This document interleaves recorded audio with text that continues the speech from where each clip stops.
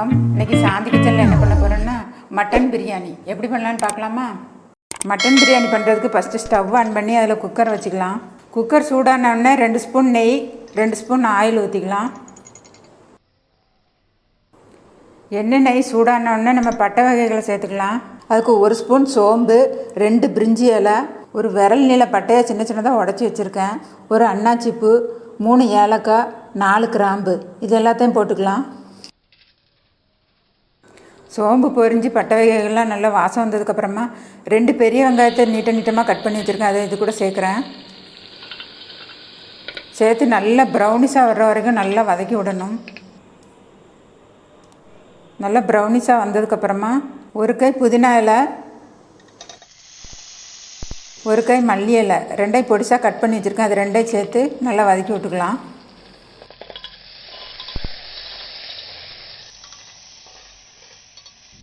புதினாவும் மல்லியும் நல்லா வதங்கினதுக்கப்புறமா 2 ஸ்பூன் இஞ்சி பூண்டு பேஸ்ட்டு சேர்த்து நல்லா வதக்கி விட்டுக்கலாம்.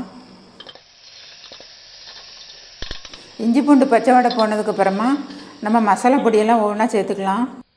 இதுக்கு நான் 2 ஸ்பூன் தனி மிளகாய் தூள், அப்புறம் 1/2 ஸ்பூன் மஞ்சத்தூள் சேர்த்து நல்லா வதக்கி விட்டுக்கலாம். இது கூடவே 3/4 ஸ்பூன் கறி மசாலா சேர்த்து நல்லா கலந்து விட்டுடலாம். நான் இந்த மட்டன் பிரியாணிக்கு மல்லித்தூள்லாம் சேர்க்க போகிறதில்ல, மல்லித்தூள் சேர்க்காமலே டேஸ்ட்டு சூப்பராக இருக்கும். மசாலாலாம் நல்லா கலந்து விட்டதுக்கப்புறமா 2 தக்காளியை சின்ன சின்னதாக கட் பண்ணி வச்சுருக்கேன், அப்புறம் 4 பச்சை மிளகாய், இந்த 2ஐயும் சேர்த்துக்கிறேன்.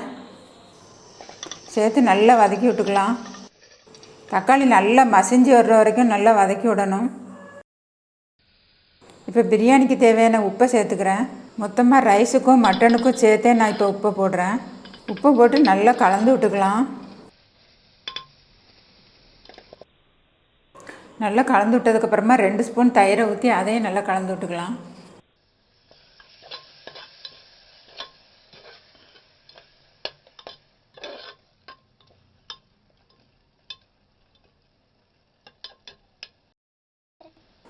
இப்போ தயிரை சேர்த்து நல்லா கலந்து விட்டாச்சு.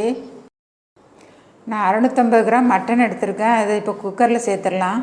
மட்டனை சேர்த்து மசாலா உப்பு எல்லாம் ஒன்றா சேர்கிற மாதிரி கலந்து விடுறேன். நான் இப்போ 1/2 கிலோ ரைஸ்க்கு தான் நான் 650 கிராம் மட்டன் சேர்த்துருக்கேன்.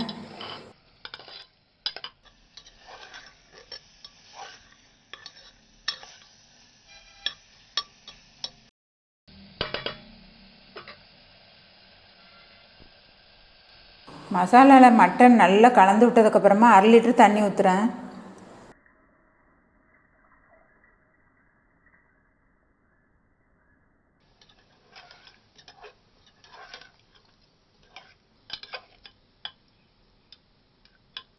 தண்ணி ஊற்றி நல்லா மிக்ஸ் பண்ணதுக்கப்புறமா மட்டன் வேகிறதுக்காண்டி குக்கரை மூடி 3 விசில் வர்ற வரைக்கும் வெயிட் பண்ணலாம்.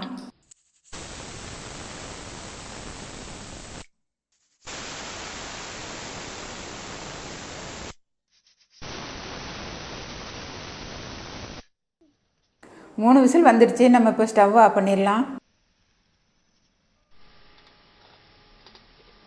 ஸ்டீம்லாம் தானாக ரிலீஸ் ஆனதுக்கப்புறமா குக்கர் திறந்து பார்த்துடலாம். மட்டன்லாம் ஓரளவுக்கு நல்லா வெந்திருக்கு. நம்ம இப்போ எல்லாத்தையும் நல்லா மிக்ஸ் பண்ணி விட்டுக்கலாம்.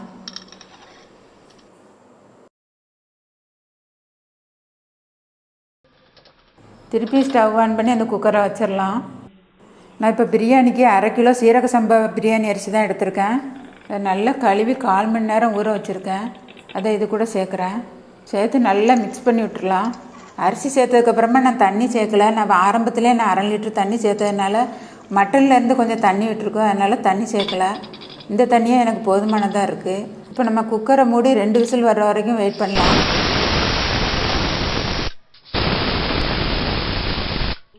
ரெண்டு விசில் வந்ததுக்கப்புறமா நம்ம ஸ்டவ் ஆஃப் பண்ணிவிட்டு ஸ்டீம்லாம் தானாக ரிலீஸ் ஆனதுக்கப்புறமா நம்ம குக்கர் திறந்து பார்த்துடலாம். அவ்வளோதாங்க, மட்டன் பிரியாணி சூப்பராக ரெடி ஆகிடுச்சு பாருங்கள். இதே மாதிரி நீங்களும் செஞ்சு சாப்பிட்டு பார்த்து எப்படி இருக்குன்னு கமெண்ட்டில் சொல்லுங்கள். இந்த வீடியோ பிடிச்சிருந்தால் லைக் பண்ணுங்கள், ஷேர் பண்ணுங்கள், சப்ஸ்கிரைப் பண்ணிடுங்க, கூடவே பெல் பட்டனையும் கிளிக் பண்ணிடுங்க. தேங்க்ஸ் ஃபார் வாட்சிங்.